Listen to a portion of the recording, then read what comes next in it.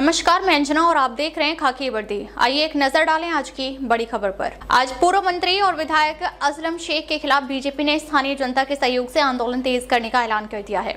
आज रविवार को दोपहर 4 बजे मालवनी फायर ब्रिगेड के सामने मोर्चा निकाला, जमकर नारेबाजी की और सड़क को जाम कर दिया। पुलिस ने कई नेताओं को हिरासत में ले लिया। मुंबई की सुरक्षा के लिए अवैध घुसपैठिए बांग्लादेशी और रोहिंग्याओं का मुद्दा लगातार उठाने वाले मुंबई उपनगर के सह पालक मंत्री मंगल प्रभात लोढ़ा को मालाड मालवनी के कांग्रेस विधायक असलम शेख ने धमकी दी थी। इस संबंध में मंत्री लोढ़ा ने मुंबई पुलिस आयुक्त देवेन भारती को पत्र लिखकर औपचारिक शिकायत भी दर्ज कराई है।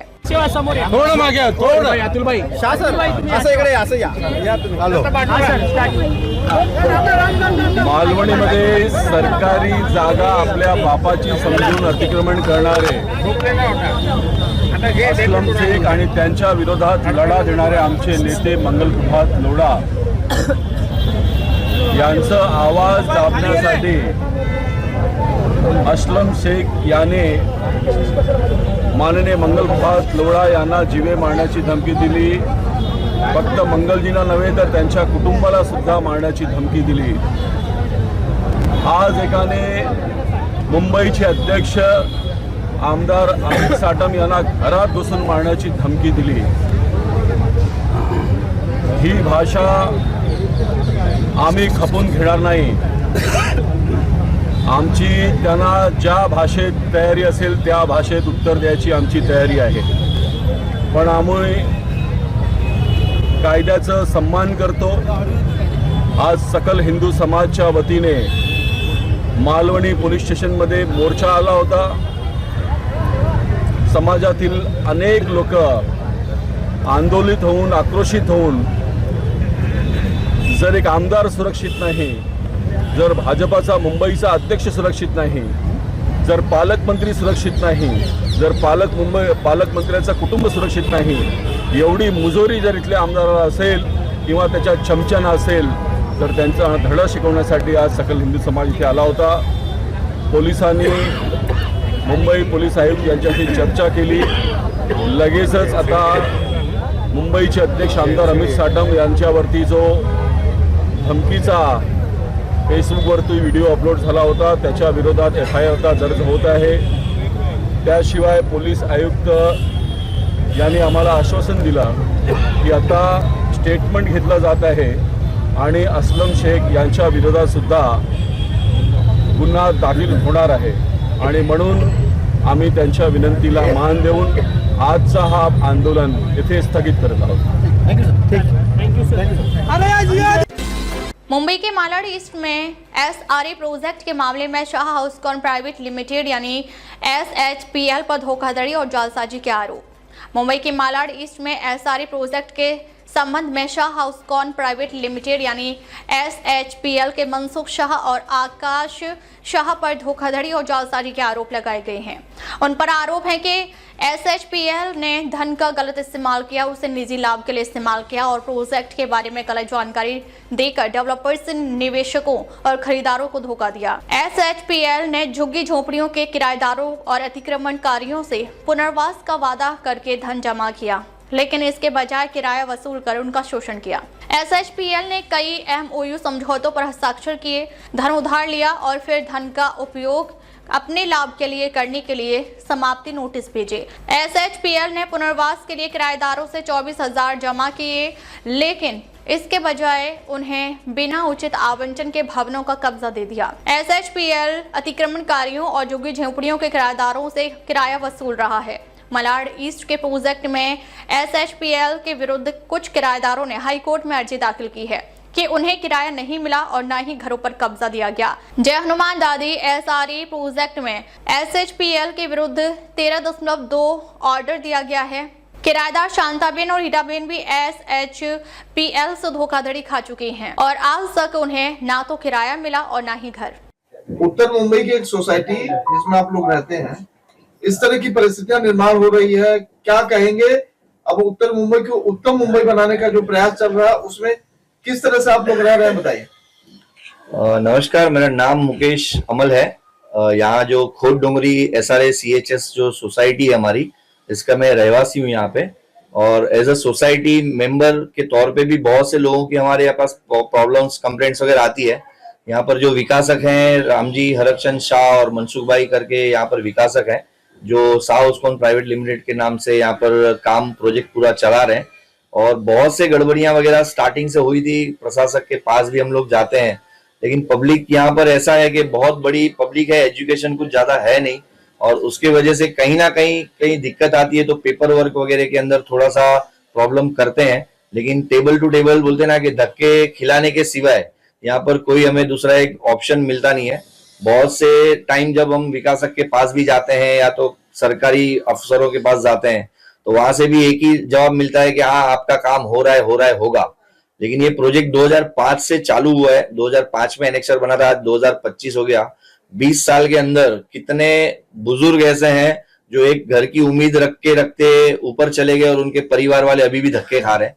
तो ये सारी जो चीजें हैं वो जल्द से जल्द सॉल्व हो, इसके लिए एक मीडिया का सहारा भी हम लोग ले रहे हैं कि आप लोग जहां से भी भले देख रहे हो, लेकिन जो भी आप हेल्प कर सकते हो, क्योंकि कहीं ना कहीं हम कहीं पे कम पड़ते रहेंगे, तो आप हमें कुछ मदद कर सको तो एक मदद और उम्मीद के तौर पे हम लोग एक ये लोगों तक मैसेज पहुंचा रहे हैं कि यहाँ पर जो प्रॉब्लम हो रहा है, जिनको पात्र होते हुए भी घर नहीं दिया जा रहा है, और जो बाहर के लोग हैं जिनका खोट डोंगरी सोसाइटी से या इस परिसर से कोई लेना देना नहीं है, वो लोग भी यहाँ पर धक्के खा रहे हैं और उनका कोई प्रॉब्लम सॉल्व नहीं हो रहा है।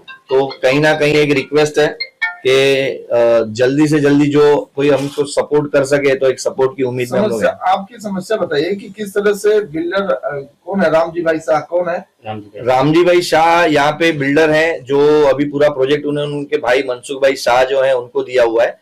और प्रोजेक्ट देने के बाद भी जो कमिटमेंट जो होने चाहिए थे वो कमिटमेंट नहीं हो रहे, और बहुत सी गड़बड़ियां ऐसी हो रही है। जैसे कि अब बात करें कि यहाँ पे घरों की सब बात करें, तो यही बिल्डिंग के अंदर किसके नाम पे लॉटरी हुआ है और उसके घर के अंदर किसी और को रह पड़े, तो वो भी बहुत सी प्रॉब्लम्स हैं जिसका कोई सॉल्यूशन नहीं हो रहा है, और सिर्फ धक्के खाने के सिवाय हमको कुछ उसका आश्वासन के सिवाय कुछ मिल नहीं रहा है रिजल्ट। तो पीएपी वाला फ्लैट बेचने का भी आप आरोप लगा रहे हैं, कितने फ्लैट्स बेचे गए, कैसे उस पर कब्जा यहाँ किया गया? पर भी ऐसे है कि बहुत से यहाँ पे 4 बिल्डिंग बिल्डर ने, विकासक जो है उन्होंने बनाई है, 2 नंबर 3 नंबर 4 नंबर, और हम बैठे हैं वो 5 नंबर। अब बहुत से बिल्डिंग में ऑलरेडी हाईकोर्ट में भी केस चल रहा है, जिसमें 4 नंबर बिल्डिंग के अंदर 2018 में एसआरए द्वारा सर्वे किया गया था, और सर्वे के अगले दिन विकासक के जो लोग थे वो बिल्डिंग में आके लोग को बोल के गए कि जिन्होंने खरीदा हुआ है फ्लैट वो यहाँ से रात को चले जाना, कल सुबह एसआरए की इंक्वायरी आने वाली है। और 12 दिसंबर 2018 के दिन जब एसआरए के 10 ऑफिसर आए इंक्वायरी करने के लिए और सर्वे करने के लिए, तो यहाँ से 126 लोग अपने घर को ताला लगा के बंद होके चले गए थे। एसआरए का रिपोर्ट को जब हम लोग ने आरटीआई से निकाला, तो हमने रिक्वेस्ट किया कि जो घर बंद है वो पिछले 2-2, 3-3 साल से उनका लाइट बिल चालू है, घर के ऊपर सब सजावट है, अंदर रह रहे हैं, लेकिन आप जिस दिन आए उस दिन वो भाग गए थे। तो प्रशासक ने भी हमको ऐसे ही चूरन दे दिया कि भाई आप जाओ, हम लोग कार्रवाई करेंगे, जब होगा तब करेंगे। उसको भी आज 2018 का सर्वे है, 7 साल हो गए, लेकिन उसके ऊपर भी कोई फुलफिल रिजल्ट नहीं मिला। और उस घरों में आज भी बाहर के लोग हैं जिनका डोंगरी से कोई लेना देना नहीं है। विकासक ने प्लस यहाँ पे जो जितने भी दलाल घूम रहे हैं, उन्होंने अपने मर्जी से बाहर वालों को पैसे देके रूम खरीद लिए और आज कब्जा करके बैठे हुए हैं। और यहाँ के जो पात्र सदस्य हैं उनको जब कुछ अपील करने जाते हैं तो उसकी कोई सुनवाई नहीं होती, और जब पुलिस प्रशासन के पास जाएंगे या कहीं पर भी जाते हैं तो वही बोला जाता है कि वो हमारा डिपार्टमेंट नहीं है, आप इधर जाओ, आप उधर जाओ, लेकिन कोई सुनवाई नहीं। आप खाली समस्या बताइए, क्या क्या समस्या है? जैसे बिल्डर ने कहा कि फ्लैट तब दूंगा जब आप अपनी नाक जो है मेरे यहाँ पे बहुत से ऐसे किस्से हुए हैं जहां पर पात्र होने के बावजूद जब विकासक के पास जाते हैं या जो अथॉरिटी है उनके पास जाते हैं, तो यहाँ पर बाजू में भी मेरे साथ में भी जो है, क्योंकि यहाँ पे पीड़ाओं का तो कोई पार नहीं है, लेकिन कुछ लोग हैं जो अभी जिनको बुलाया और आपके सामने यहाँ पर बैठे भी हैं, तो इन लोग को भी है। अभी ये है कन्नूभाई वाया, इनका जब पात्र हुआ तो ये गए थे कि 5 नंबर का जो लॉटरी होने वाला है उसमें मुझे घर मिल जाए तो अच्छा है, क्योंकि 2012 में इनका घर टूटा हुआ है। लेकिन जब विकासक के पास गए तो विकासक बोलते हैं कि अरे तुम क्या उखाड़ लोगे हमारा, जिधर जाना है जाओ, मिनिस्टर तक जाओगे कोई तुम्हारा सुनेगा नहीं। लेकिन ये सब जब बातें करते हैं तो क्या है, यहाँ की पब्लिक को इतना कोई डेयरिंग नहीं होता है। आज खुद के घर टूटने के बाद 12-12 साल से बाहर घूम रहे हैं और कोई भाड़ा नहीं मिल रहा उनको, तो एक उम्मीद रहती है, लेकिन सारी उम्मीदों पर अभी ऐसा लगता है कि पानी फिर गया। तो एक आखिरी उम्मीद है, आप तक पहुंचने की, और आप जो भी सपोर्ट करेंगे तो कुछ सपोर्ट हमको मिल जाए। तो यहाँ के बहुत से लोग ऐसे 200 से 250 लोग ऐसे हैं जिनका आज भी घर पेंडिंग पड़ा हुआ है, तो उनको एक उम्मीद की किरण दिखेगी। यहाँ के सांसद और मंत्री पीयूष गोयल जी हैं, क्या आप लोग ने कोशिश भी की थी लेकिन उनका समय मिला नहीं था। तो अगर आपके माध्यम से अगर उनसे मुलाकात का भी समय अगर फिक्स करें तो हम सब वहां पर आके एक हमारी गुहार लगाएंगे और एक अपील भी करेंगे कि जो यहाँ के पीड़ित लोग हैं उनको जल्द से जल्द न्याय भी मिले। पूर्व मेयर शिशिर धारकर ने विधायक रविशेठ पाटिल पर निशाना साधा। पेंड म्युनिसिपल काउंसिल चुनाव में बदलाव पक्का है, शिशिर धारकर का दावा। महाराष्ट्र के रायगढ़ जिले के पेंड म्युनिसिपल काउंसिल का चुनाव बहुत कड़ा और टक्कर का होने वाला है।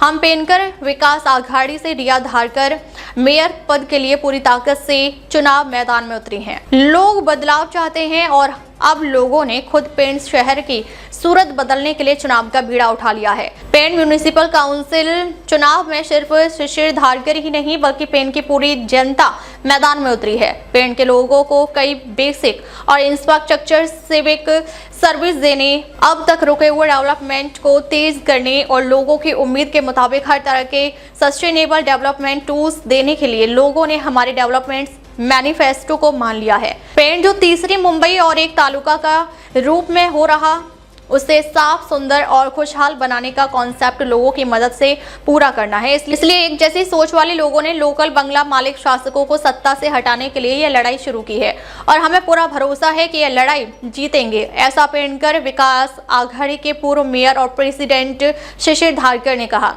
इस बीच शिशिर धारकर ने दावा किया है कि इस साल के पेंड म्युनिसिपल काउंसिल चुनाव में बदलाव होना तय है। मेरा नाम रेणुका है, मैं केडी हाइट्स बिल्डिंग नंबर 5 से बात कर रही हूँ। 1015 नंबर का फ्लैट बिल्डिंग नंबर 5 में लॉटरी में मेरी मम्मी शांताबेन मोहन भाई पटेल के नाम पे अलॉट किया गया हुआ है। हमारे नाम पे ऑलरेडी अलॉटमेंट इशू हो चुका है, एनेक्शन में भी हमारा नाम है, बट फिर भी हमें बिल्डर चाबी नहीं दे रहा है। जब लॉटरी हुई थी तब 24,000 रुपए लेके सारे मेंबर्स को बुलाया गया था। मैं 24,000 रुपए लेकर गई भी थी वहां पर, फिर भी मुझे चाबी नहीं दिया, ये बोल के कि आपकी प्रॉपर्टी डिस्प्यूटेड है, आपको नहीं दी जा सकती। मुझे कोई रीजंस नहीं मिल रहे और आज भी हम चाबी के लिए तरस रहे। मेरी मम्मी 15 साल से बेड पर है, वो नहीं आ सकती, उसकी पावर ऑफ अटर्नी मेरे पास है, बट उसके बावजूद भी हमें कोई सपोर्ट नहीं मिल रहा है यहाँ पर। मैं 6 महीने पहले, हाँ, बिल्डर है रामजी शाह एंड मनसूख भाई शाह। 6 महीने पहले मैं यहाँ घर आई थी देखने के लिए कि क्या पोजीशन है यहाँ पे, तो तब मैंने देखा कि कोई और वो घर में रह रहा था। जब हमने पूछा तो उन्होंने बोला कि हमें यहाँ पर टेम्पररी रेंट पे ये घर दिया गया है। जब मैंने इंक्वायरी करी तो कोई इस बात की जिम्मेदारी लेने के लिए तैयार नहीं है। तो मेरी ये रिक्वेस्ट है और कि ये जो भी गड़बड़ी चल रही है बहुत सालों से, उसका एंड किया जाए और जिनको जरूरत है, जिनका जेन्युइन डॉक्यूमेंट्स है, उनके पेपर्स चेक करके उनको पोजीशन दिया जाए जल्द से जल्द। Thank you. अब तक के लिए बस इतना ही, फिर मिलते हैं एक ऐसी ही बड़ी खबर के साथ। अब तक नमस्कार और देखते रहिए खाकी वर्दी।